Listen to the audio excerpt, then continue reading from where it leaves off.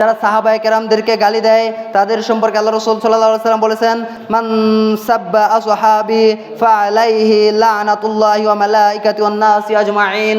যারা আমার সাহাবীদেরকে গালি দেয়, যারা সাহাবীদের সম্পর্কে কটু মন্তব্য করে, যারা সাহাবীদের সম্পর্কে বিভিন্ন অপবাদ দিয়ে থাকে, যারা বলে আবু বকর ওমর উসমান কাফের মুরতাদ নাউজুবিল্লাহ, যারা বলে আম্মা জানা আয়েশা রাদিয়াল্লাহু আনহাকে ব্যভিচারিণী, হাফসা রাদিয়াল্লাহু তাআলা আনহার সম্পর্কে যারা অপবাদ দিয়ে থাকে, যারা অসংখ্য সাহাবীদেরকে অপবাদ দিয়ে থাকে, আজকে যারা শিয়া ও রাফিজি যারা সাহাবীদেরকে গালিগালাজ করে থাকে, তাদের জন্যে আল্লাহর লানত, লানাতুল্লাহ ওয়া মালাইকাতিহি এবং সমস্ত ফেরেশতাদের লানত, ওয়ান নাসি আজমাইন এবং সমস্ত মানুষের লানত।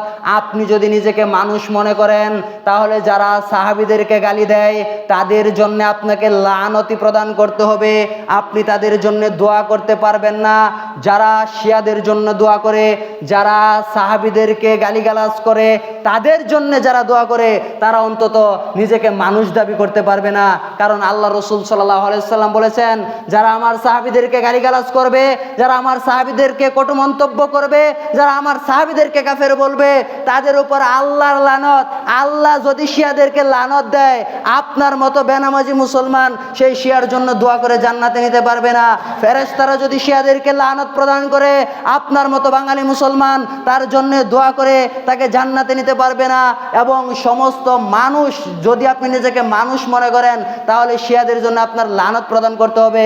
অন্তত যারা শুধু শিয়া না, যদি কোনো মুসলমানের বাচ্চা যদি আপনার ছেলে সাহাবীদেরকে গালি দেয়, আপনার ছেলেকেও আপনার লানত দিতে হবে। সে হোক না আপনার ছেলে, তাতে কি, সে তো সাহাবীকে গালি দিয়েছে। যারা সাহাবীদেরকে গালি দিবে সে কোনোভাবেই মুসলমান থাকতে পারে না। যারা সাহাবীদের কটূক্ষ করবে তারা কোনোভাবেই মুসলমান থাকতে পারে না। আল্লাহ সুবহানাহু ওয়া তাআলা আমাদেরকে সাহাবীদের গালি দেওয়া থেকে বেঁচে থাকার তৌফিক দান করুন বলে আমিন।